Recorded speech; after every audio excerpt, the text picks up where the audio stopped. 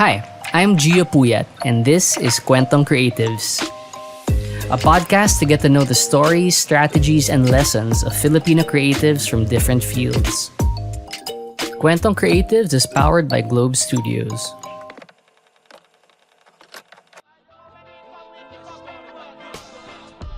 This day and age seems like a wonderful time for Filipino comics. The way we interact with the online world is making it possible for these sequential images, panels to resonate with us on a different level.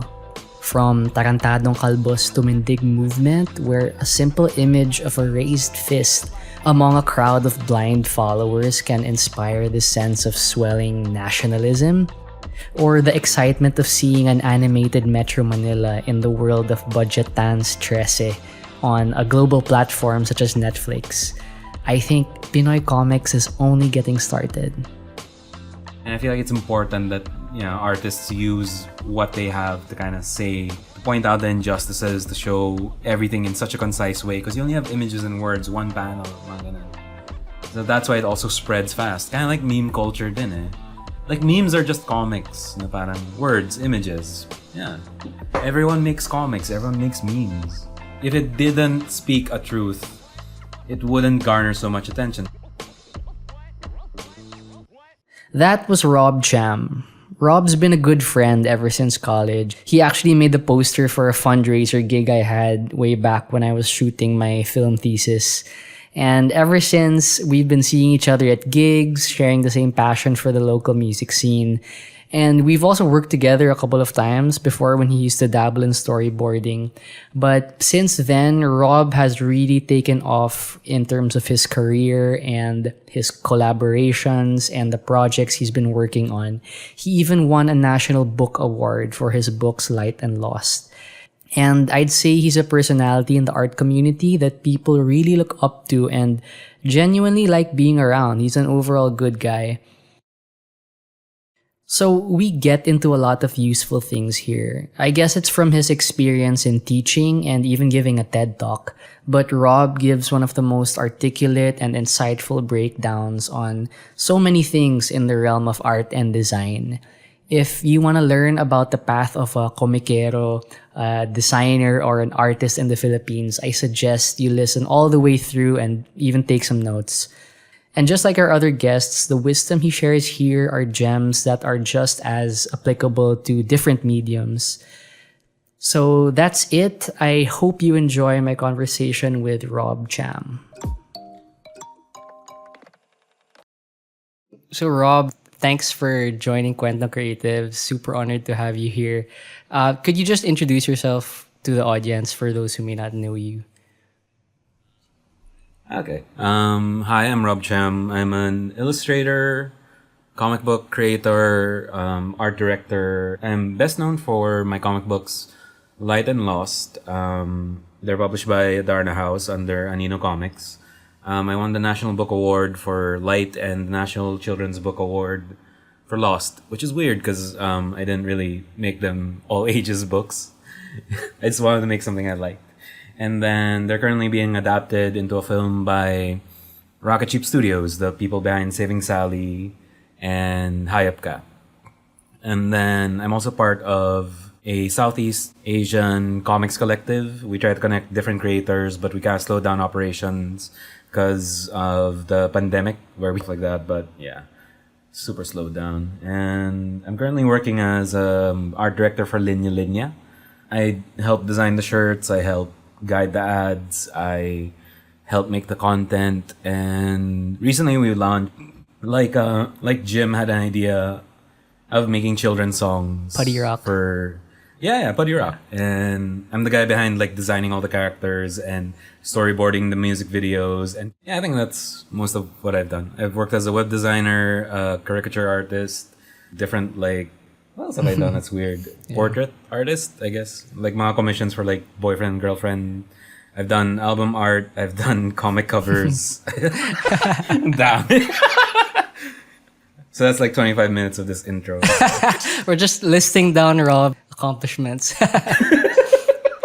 Anyway, yeah, that's me. And I've known Gio since college, where, we used to be in Loyola Film Circle. and Ateneo Musician School together. Damn. Yeah. Wow, man. There's so much to unpack in that first answer. Like from knowing you from college, starting off an illustrator and then seeing your comics, and then ngayon ang dami mo na ginagawa. It's exciting, man. Like you've got so much going on, and I really want to learn more about every one of those projects you mentioned, right? But I do want to know, kind of before I got to know you in college, where did you grow up and what's like the background like? Were there any artists in the family? Was like a call to art something supported or whatever? I was born in Chinese. Yeah, medyo obvious from the name, Rob Cham. I was born and raised in Baguio, to a Chinese and growing up, I always made comics, like fan comics.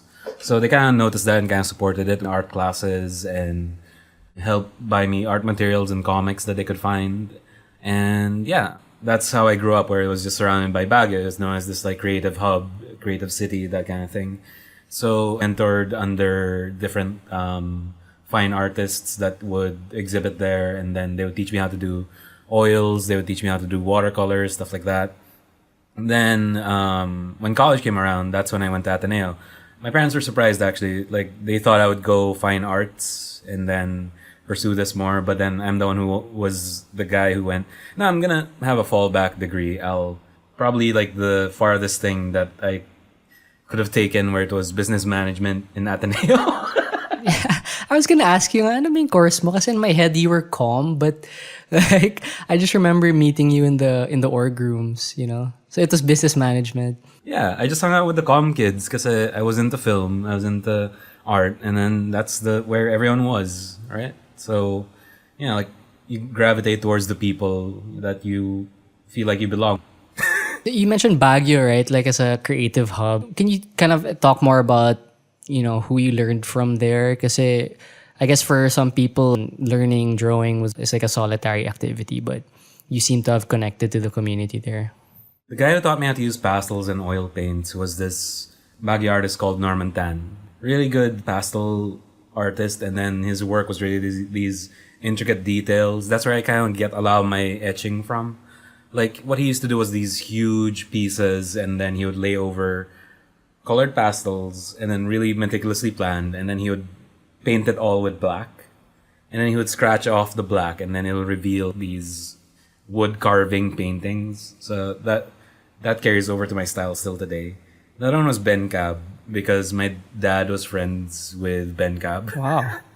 I didn't know it was a big deal until like I was older, and I was like, oh yeah, I would go to his birthday parties. Yeah. And I would like see his paintings and the stuff he was working on. He would draw me and my sisters. My dad has a few portraits of us like at home. But other than that, the other artists I like got to know were just other students, like my other friends who would also make art, and then we would all enter poster making contests together. And speaking of posters, when I think of the local music scene, one of the things that pops up are Rob Cham gig posters. Even the tribute shirt to the legendary music venue Route 196 is a tribute of Rob Cham's art to the scene. And this all started back in college. So I asked Rob, how did he start making gig posters? How do I put this? So it's two things where I always wanted to go to gigs because in high school, into that whole band scene, mga Chicosai, Urban Dub, mga ganun. And then when I got to Manila, that's where I could actually see these bands live. And then I started getting to know people in the music scene, but also where I started out was at the Unnamed Musician School, where a lot of our friends were, right? So actually, your gig poster, your thesis time, was my first gig poster ever, I think. What? Yeah. So you set me down a path, Oh man. my God. Yeah, and after that, because like the day job at the time was I was a web designer, so I could only ever get to make cool stuff when it's like gig posters, and I wanted to just make something cool for a gig, get people interested. And like I wouldn't even charge sometimes. I would just say, just give me entrance and then I'd go to the gig. And I guess that's why I got a lot of gig posters. But it's not also like I'm not doing it for big bands. Usually the big bands, they would ask and I'd give them a charge naman. Pero if it's a small production and I just tell them, yeah, just give me 1K or a free entrance. And then, yeah, I'll make your gig poster. Nice. That's so dope, man. So from gig posters to making comics on Tumblr. And from what I remember, that's kind of how things snowballed, right? Could you explain that to us?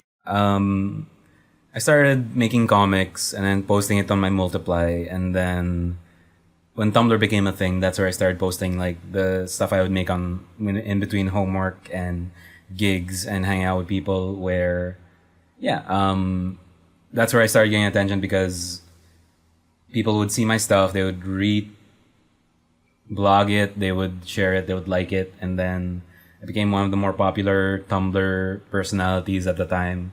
And that's where I started getting noticed, and that's where I started getting jobs where people in college would ask me to draw their boyfriends or girlfriends. That's one of my first paying gigs. Then I started illustrating for like Philippine Star, Rogue Magazine, Esquire, that kind of thing. So yeah, like online really helped me kind of find a place to kind of put my art out there and then just make the stuff I wanted to make and then have it connect with people. And then that led to me like selling my comics at cons because I would make friends with other people who make comics, people who are in the scene a lot more.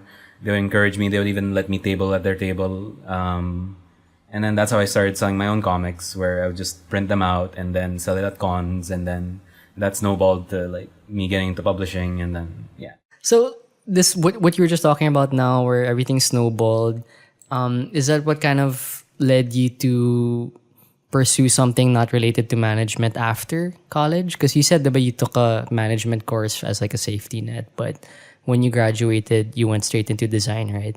Yeah, I was getting jobs in college already, and then I was earning enough. And then I talked to my parents at the time, and then I told them I'd stay in Manila and then pursue this art thing. Out of college, I just freelanced. I did different odd jobs, commissions, storyboards, design jobs, that kind of thing. Nice. So let's talk about comics. You said nga like all these life experiences, the gigs, the web design were kind of, building up to what you were making in your comics. Did you have any material that you were working with throughout college? And what did you first sell in those first Comic Cons that you went to? Oh man. At the time, it was popular that the webcomics market was starting to grow in America. Everyone was just doing journal comics and then they were talking about their lives. So that became the thing where there was a rise in webcomics that told different kinds of formats that were alternative. Like this was the alternative comics movement of the 2000s.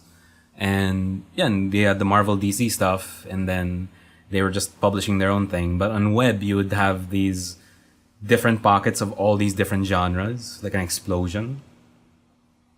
The kind of comics I was drawn to was the autobio stuff. I kind of made comics that were just autobio. Like I remember posting it on Facebook with you guys where it's like strips about stuff I would do in college. And then I would post that on my Tumblr where it's just like thoughts I would have as a college kid in Manila. And then when I got out of college, I was working for CreatePH. That's when I started experimenting on telling other stories because yeah, I could only talk about myself so much. And then that's when I started making comics that were autobio, but also more abstract, more fun and fantasy.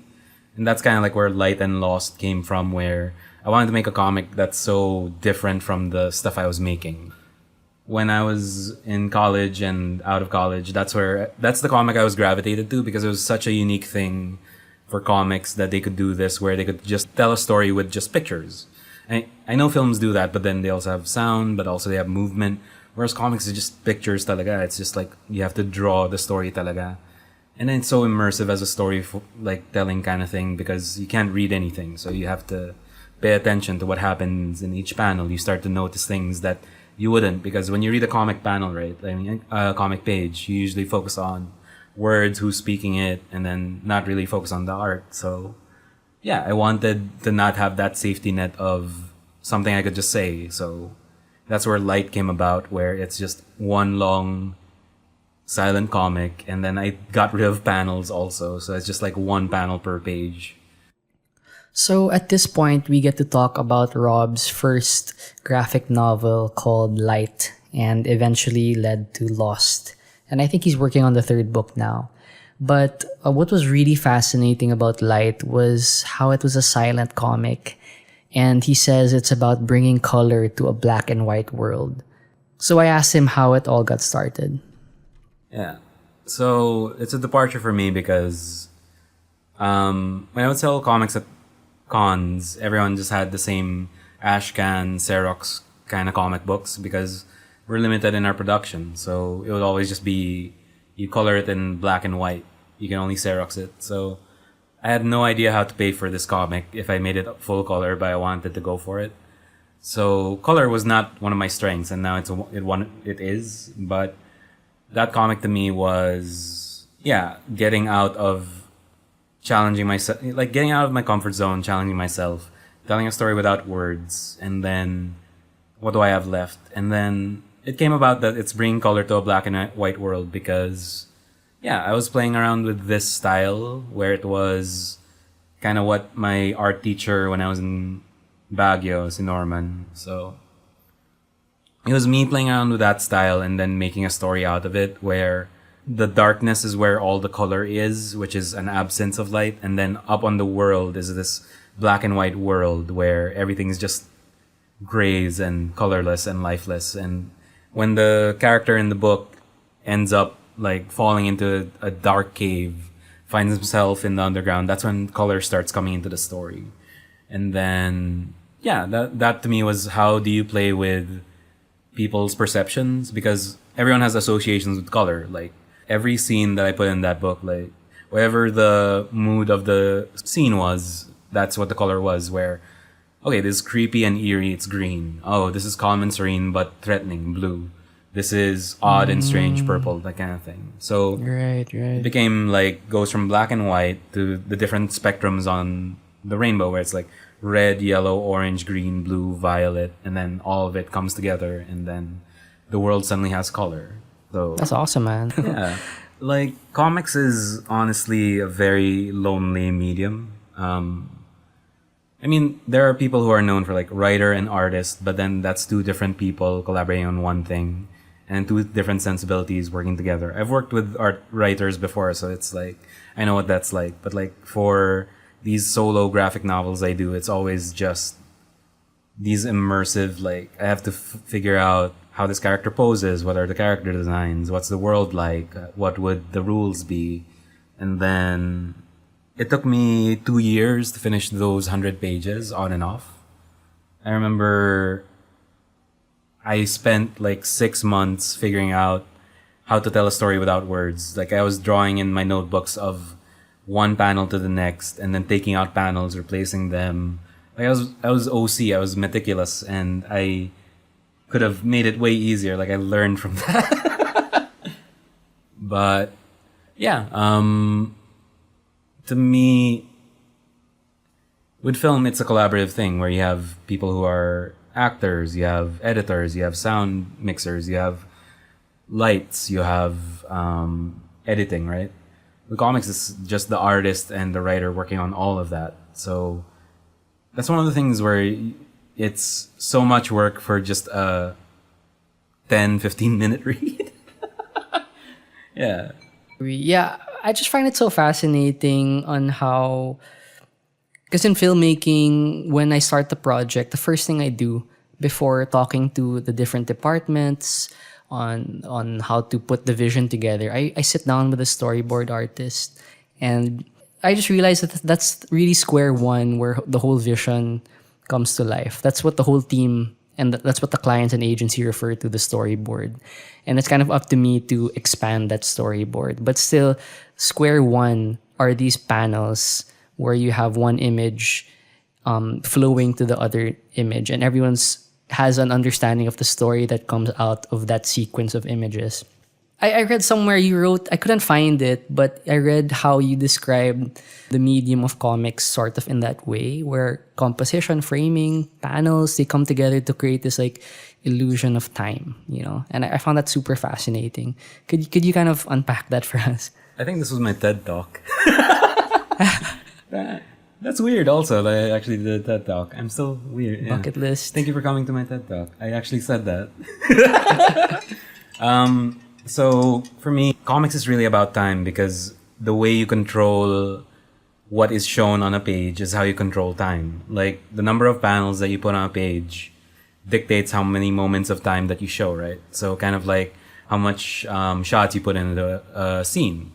But with comics, it's a lot trickier because you only have a page, and then the bigger your panel, the more things you can draw in it, and then it takes up a bigger moment, but then you have less space for other moments. So that's a lot of what I've played around with since I started on non-autobio comics, where it's the idea of playing with time and space and trying to break the comics form. So that's what my second book was about, where I was trying to play with time and space. So that's where it's coming from, where it's like it's all moments in time frozen on a page, and then the way you make them move is when you start reading, suddenly the images start to move, and it's kind of like a mind fuck. Galing. No, I mean, all the more I feel like as a comic book creator, you're just given a wealth of options, and it's so hard to kind of settle on what to do with that blank page, Yeah. That's what I've learned throughout the years. It's not about showing everything you can. It's about picking the right thing to help tell what you're trying to say. It's yung Kuleshov effect. What is that? Okay, so it's this theory in film where it's like there's this one image of a guy just like grimacing or smiling. It's a neutral facial expression. And then the story changes depending on what you edit in front of that footage. So you could see it like the first shot is a mother pushing a baby carriage and the guy smiling. So he's like celebrating life. And then you could change it around where like the first shot could be a man getting shot, and then the same shot of the guy just like neutral face, and you think he's like some kind of psychopath.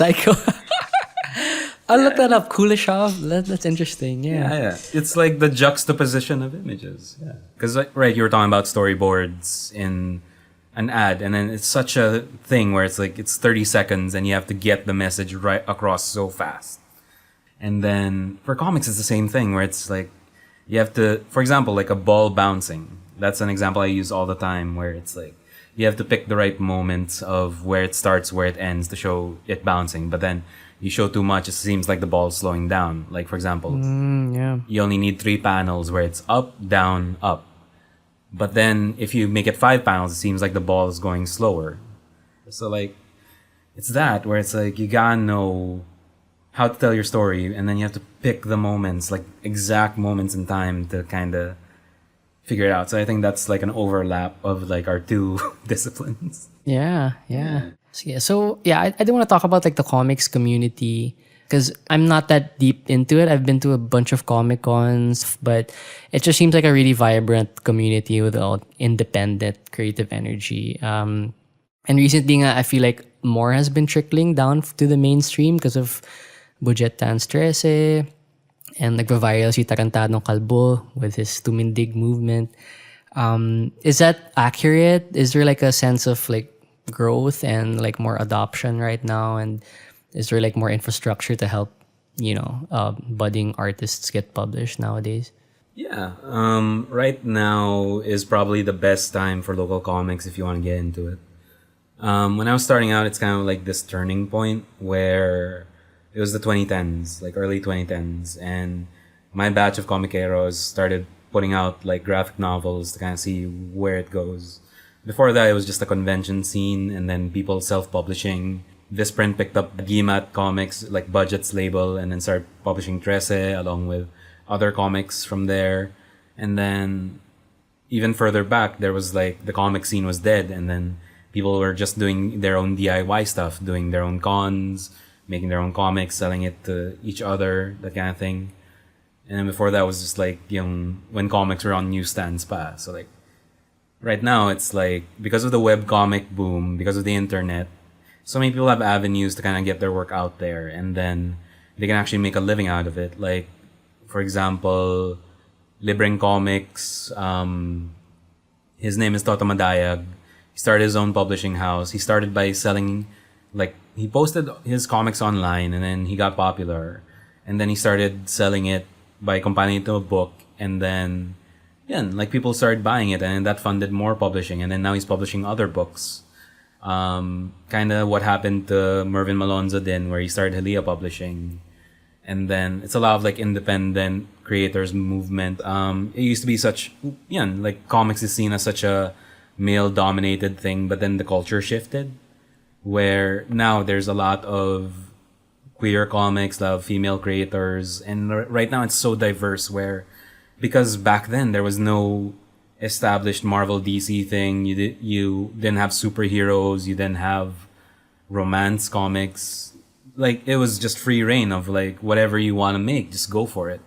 So right now that's what people are doing. There's the, like, if you go to this it's kind of like the Wattpad but for comics here in the local scene. It's called penlab Inc.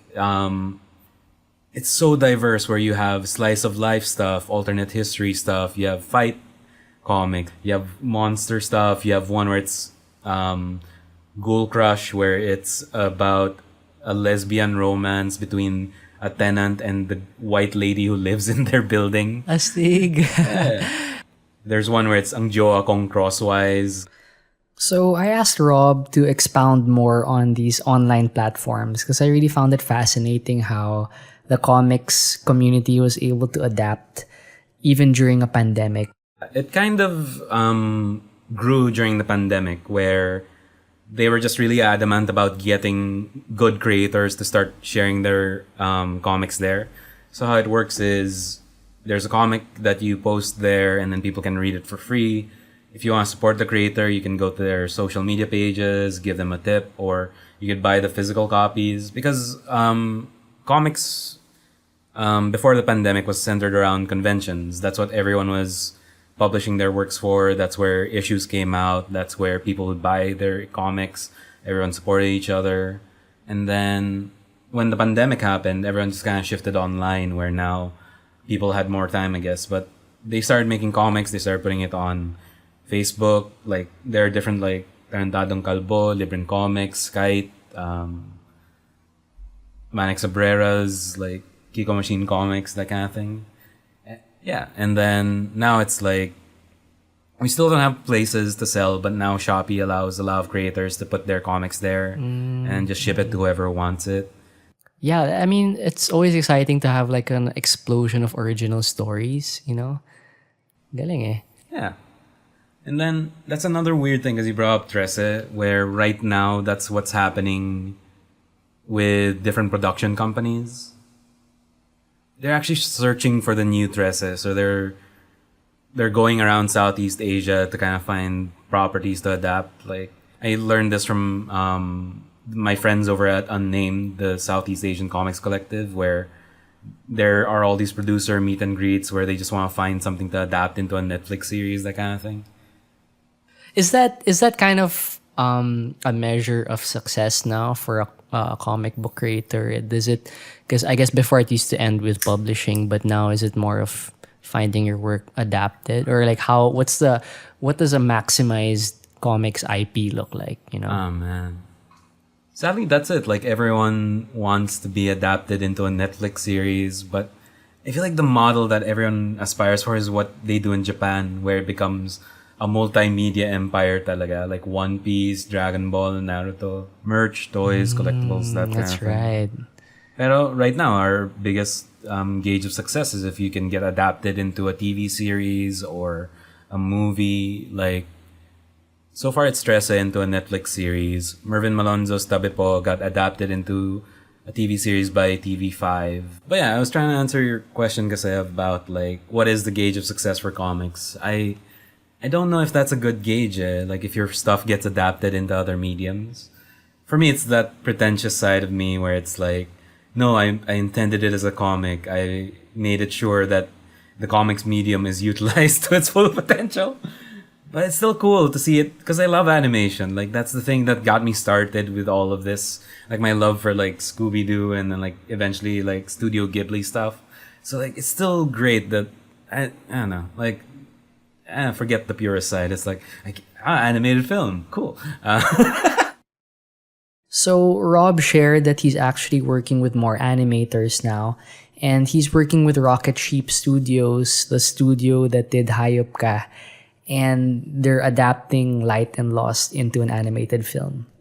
Yeah, like, so far where we're at is we're still pitching it.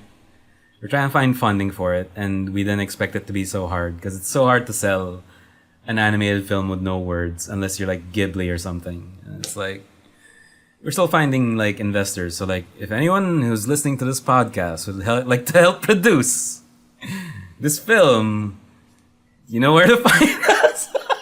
You heard it, guys. My multimillionaire audience on Kwentong Creatives. Yeah. But yeah, I had to figure out how they would work in movement. Kind of like, it's weird. Like, some of the rules that I came up with don't apply to animation. And it's gonna be difficult because the art style I did was all these like dark outlines, and it's gonna be hard to see in a theater or on a dim screen on a phone, that kind of thing. So they're trying to figure it out how to translate that into the same feeling.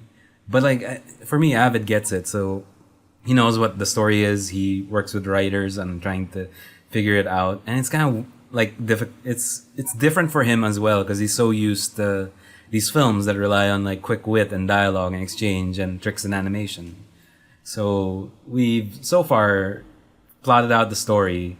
We haven't storyboarded it yet, but yeah, it's still interesting to me how to adapt it because like some things that work in comics suddenly change for like film. So Right. yeah. Right. Plus, And you have the whole dimension of sound in music too, right? So that's oh man, I actually recommended someone to Avid to get for the music because I would use his music to kind of work on Light and Lost at the time. Yeah, see Jorge in see similar, formerly shit. similar objects. Yeah. Yeah. I hope that Avid tries to get him there. Like that's the stuff I was listening to while I was working on Light and Lost. Like, and then that kind of like was the soundtrack to a lot of the scenes in my head. So at this point, we kind of switch lanes and go back into comics and talk about the social aspect of that art. I just find it very interesting because sometimes when you're scrolling through Facebook, Twitter, and things just get beyond unbelievable with the government. Sobrang kapalpakan, and you have all these emotions. You're stuck at home. You're angry. You're confused. Sometimes comics capture something better than what an article could capture, and there's just something to that. It's kind of fulfilling that role in an age where Duterte's government tries to silence journalists, but they can't keep the comic book creators quiet, Yeah. And then like all the DDS are just very angry about cartoons. Yeah. Ang galing Kasi it's powerful, but it's also disarming, It's hand in hand because the journalists are actually doing the work, uncovering all the things that are going wrong. Even the commission on audit stuff, where it's like unearthing all these like just rampant corruption in a time of pandemic. Jesus Christ. I feel like that's a thing about art where, like even in film, even in music, it always reflects the political. Like art is political. You cannot avoid that. There's always something behind it, right? All these editorial cartoons, all these satirical cartoons. It's always about pointing out that the emperor has no clothes. So like it's been a long part of history. That's why you always see it in like before. There's a newspaper, diba? Yung editorial cartoon. That's the thing I would jump to talaga to kind of understand what's happening when I was a kid. So yeah, and it's just art is political. These are what people kind of have to say about their work. Comics is so fast because it's meant to be fast. It used to be history of it is that people figured out printing and then you could do wood etchings to make illustrations, and that's where the pen and ink style came from. And it's always been part of just journalism and art and writing and newspapers and publications. So right now, digital media and everyone just having that kind of like connectedness to what's happening at Pulse. That's why you see all these things. And I feel like it's important that, artists use what they have to kind of say, to point out the injustices, to show everything in such a concise way, because you only have images and words, one panel, mga ganun. So that's why it also spreads fast. Kind of like meme culture din eh. Like memes are just comics, na parang words, images. Yeah. Everyone makes comics, everyone makes memes. And kind of like what you said about your silent comics, no? It can cross borders, cross kind of language barriers. Yeah. So, power of art and cartoonists, I guess. Power of comics. If it didn't speak a truth, it wouldn't garner so much attention. I used to do that kind of stuff nga when I was doing articles for Scout, protesting against yung Marcos being in Libingan na Mabayani, the extrajudicial killings, that kind of thing. It's just like, I have a platform and a responsibility to kind of just point out these horrible things are happening. God, somebody do something. Okay, so yeah, I don't want to kind of move into like a last segment of the show. We've been getting some really good stuff so far, but more geared into advice, for other creatives, not only artists, but creatives in general. And based on everything you've been telling me, it seems like collaborations are a common theme in a lot of the work you've done. Could you talk to us about your approach to collaborating with other artists? I used to hate it. I used to hate it. Yeah, that's so interesting, really. Okay, yeah. Yeah. Because when I was starting out on Tumblr, like there's always just this other artist that would be like, tara, collab tayo, or like a writer who has this idea for a comic, and then it's like the most complicated thing that I can't draw. I used to hate it because collaborating with other people was just like, I don't know, I had like a weird complex of like, oh, they're just using me or some shit like this. Yeah, like I kind of shot into like getting noticed in this sphere of creatives here in like when I was young, and I didn't know what to do with it. I had like imposter syndrome, that kind of thing. I thought people were just after something, that kind of deal. So like, yeah, eventually I mellowed out where it's like, I just ended up collaborating with not the people who ask, like the ones who are like, alam mo bro, you work with this guy, it's gonna be amazing, and then they expect you to do it for free. That kind of like, yikes, fucking bullshit.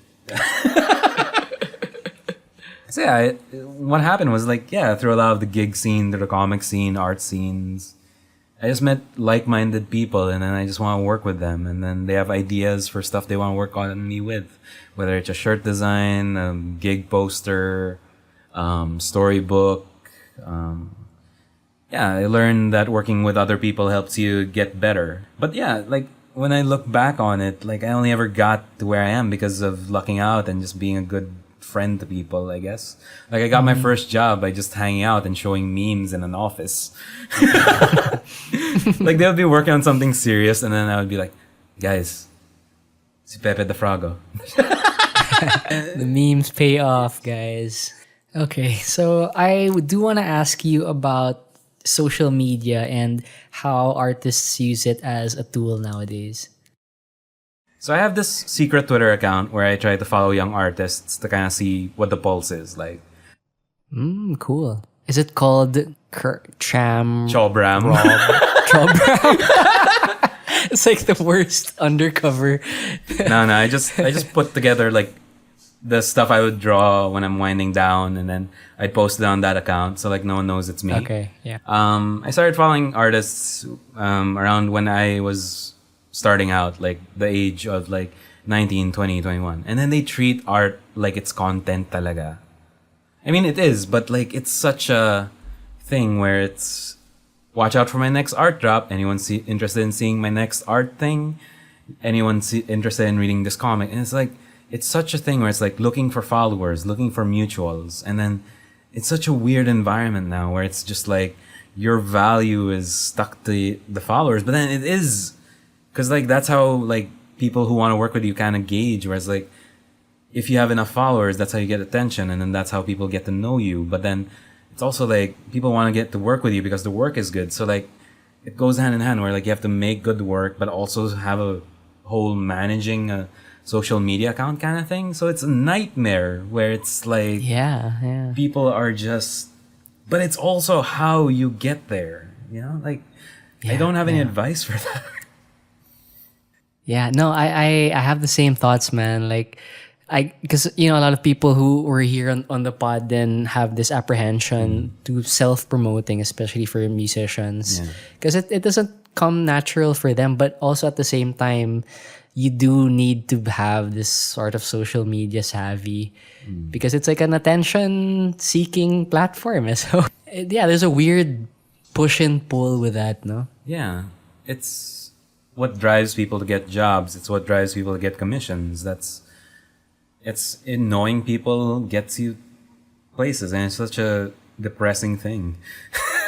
And like that's kind of like how I lucked out, where it's just like I knew the right people at the right time, and I'm just happened to be a sociable person. So like I don't know, man. Like it's kind of hard to tell kids that, where you have to go out there and then network, because it could become so toxic, where you see the YouTube things where it's like and subscribe, make follower challenge, like stuff like that. Kind of related to that, related to what you said early on, what kind of advice would you give on saying no to offers? I mean, that's a lot of people who have found early success get exposed to offers, and a lot of those offers could turn out to be scams or like just something just bad for them and their careers, right? So, especially Pinoy culture natin, ayaw natin you don't want to say no up front, right? So how do you choose projects that would be worth your time, and how do you say no? When I was starting out, it was just saying yes to everything, and that was such a mistake. Like oh man, like I've made so many mistakes throughout the 10 years I've been like just working in the creative industry. There are so many unpaid checks, so many hassles with like agencies.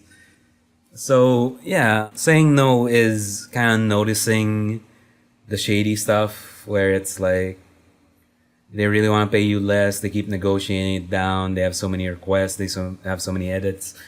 Sometimes you can kind of tell if they don't know what they're talking about.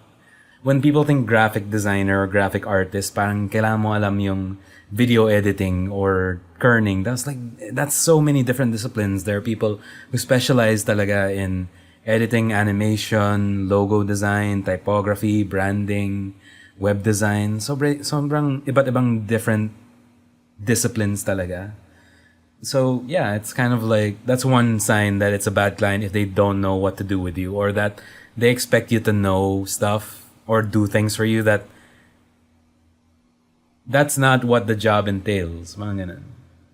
The best way to kind of get clients while still not having it be a nightmare, honestly, rather than learning to say no, is that you learn how to talk to them, that you don't seem like a slave to them. Good point. Yeah. Like what I do is I always approach a client that we're both trying to make something cool. So I would always try to be a friend to them first, and then, okay, here's the goal that we have, and here's my recommendation. I don't talk down to them. I try to explain it best as possible. So that's one thing I could say that kind of worked for me. Yeah. So, yeah. But it's not a luxury that a lot of people have, because you need money. So I wouldn't say that it should be that you learn how to say no to projects. It's that you know how to communicate with the client.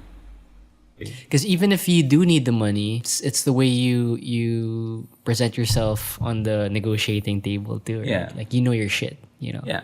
You gotta put a limit to the revisions. You gotta explain that this requires work, and then if they understand it, it's a lot easier than if it's like you're struggling and then you're frustrated and then you're like, bobo ng client, mga ganun. I like asking this kasi to other artists who have like mediums where there's so much potential for variation, like photographers, musicians, diba?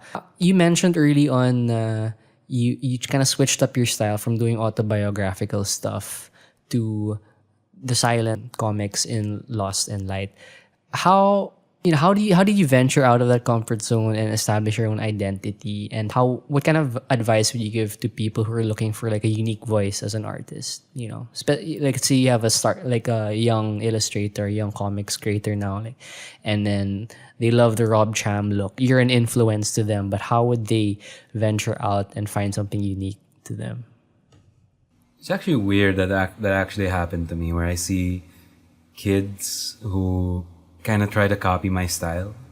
They actually tag me where it's like influenced by Rob Cham, and it's just like, wow. And then you see the things that they notice about your art, and then that's what they think makes it. So that's kind of how it works talaga, where it's like, okay, so I have this thing about style where style comes from three things, where it's the medium you use, where if your oils, your watercolors, your video editing, that determines what you can make. So whether you're a musician, if you know how to play guitar, you have this product. If you're a violinist, if you know how to mix stuff on Ableton, that kind of thing. So the medium that you have helps determine your style.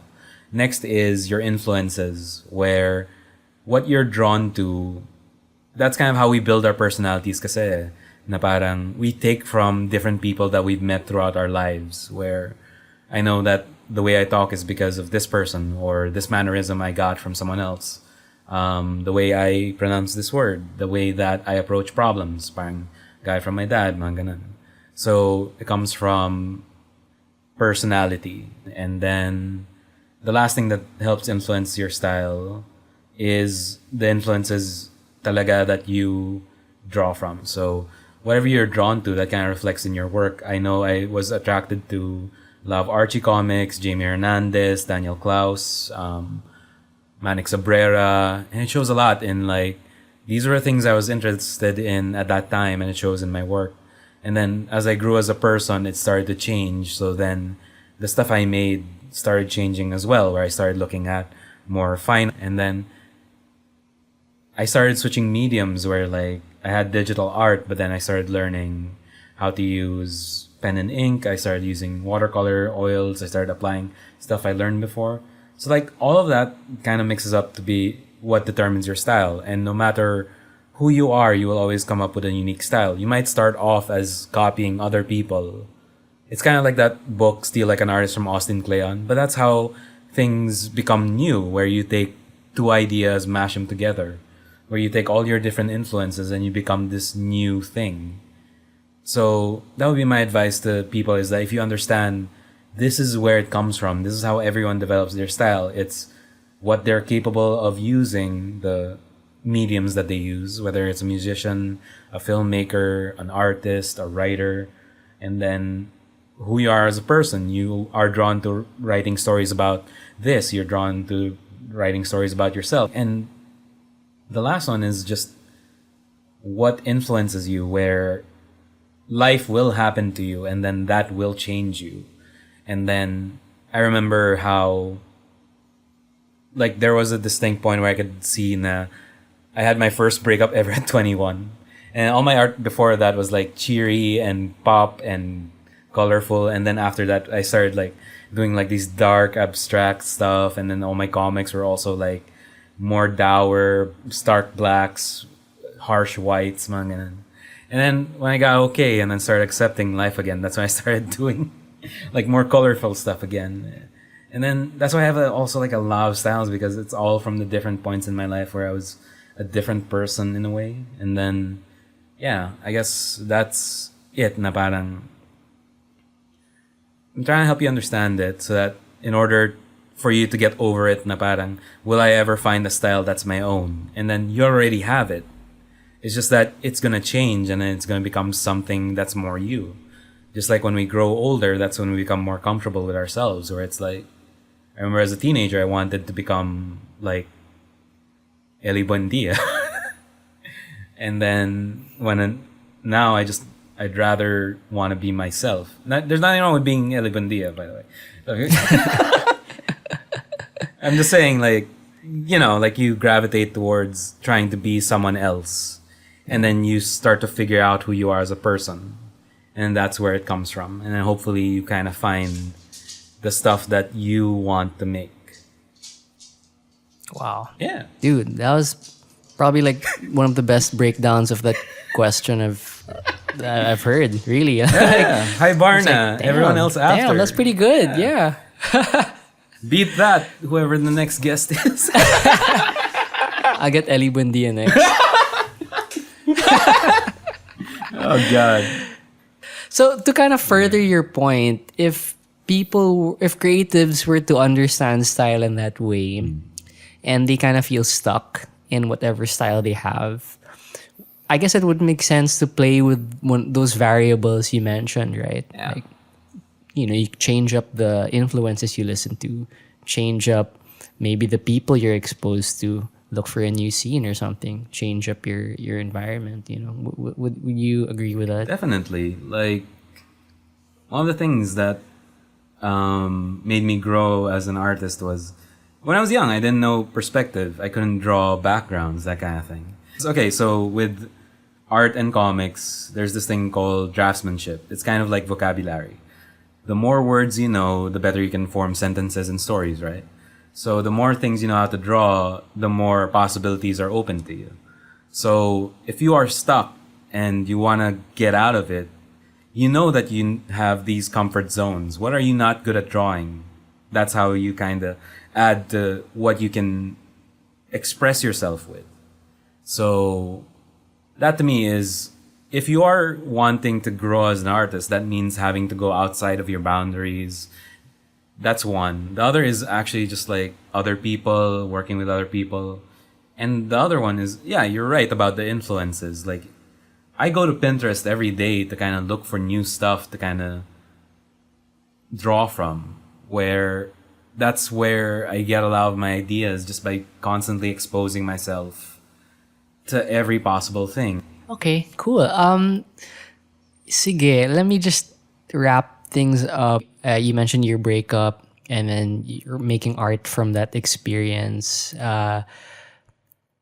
Usually I ask guests this because you get a different answer, I guess, depending on the artist. Now, what do you do when you feel overwhelmed or anxious or frustrated? And kind of in theme of what's been happening recently with all this uncertainty, do you release through art? I remember that Headspaces series you did, where that was in 2020, and it seemed to capture the headspace. I think a lot of people could relate to. Yeah. So when you go through anything traumatic or painful or anxious, yeah, does art get you through that? Yeah. With the breakup comics, it was a ill-advised, young, stupid thing to do. I remember how it just becomes a running joke among friends, where it's like, I'm dating someone new, and then they're like, I'm waiting for the comic of that. And it's just like, god damn it.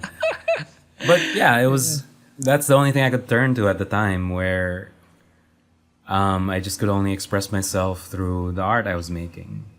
And then it kind of resonated with people, and yeah.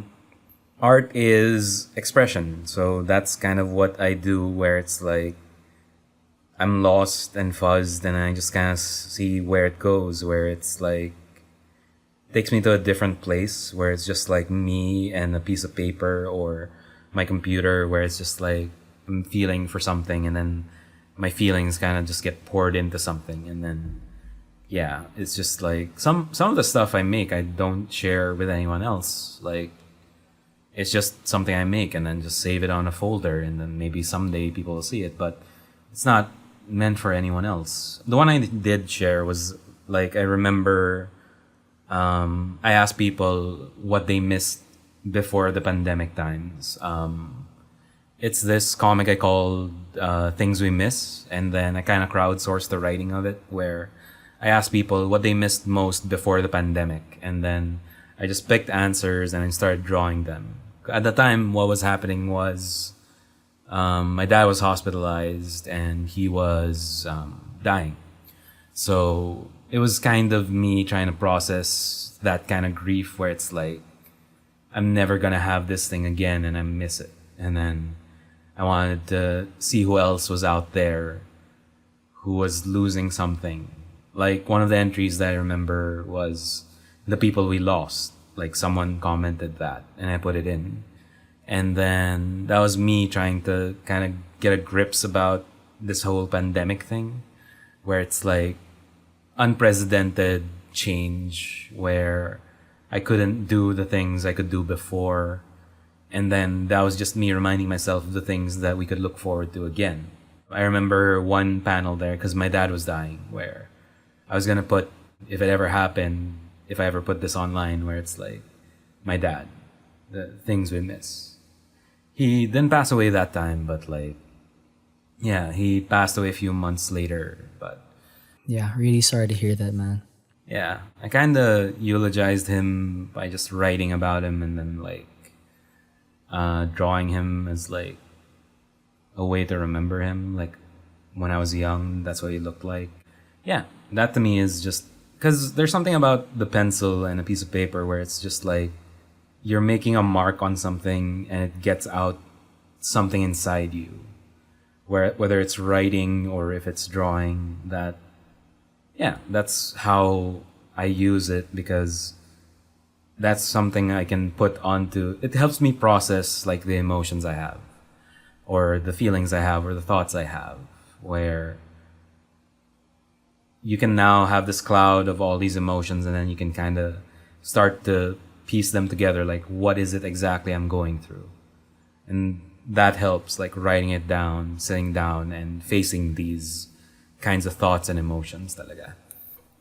Yeah, and it's kind of fascinating too how in the process of doing that for yourself, of putting these ideas into paper, when other people see it, it also becomes like a seed of energy, you know, something they can relate to as well. Yeah. It's like you're putting it out there into the universe and seeing how we're not alone. Yeah. Yeah. And that's a point for me that really summarizes the work Rob Cham does. He is an example of an artist who didn't have to really climb the social ladder or anything, but he was just drawn to all these people who are passionate about doing their work, and in his words, just putting out cool shit together. So at the end of the day, Rob Cham is really who he says he is, a good friend. I guess that's it. Like, be kind and just find people that you connect with, and then, yeah, there's enough space for everyone, honestly. Like, Manila's such a vibrant landscape. Even the Philippines, like, yeah, even the world, like, you will find your people, and then it's gonna lead to things. So that's it. I hope you enjoyed this episode and were able to pick up some good gems. If you want to follow Rob Cham, he is on Twitter and Instagram and everywhere at Rob Cham. Find us at Kwentong Creatives on Instagram, Facebook, and Twitter. And you can follow me at Giapuyat on Instagram. Big thanks to DJ E.T. the Fourth for our music, and Laser Kaluya for our design and branding. It isn't Unorthodox?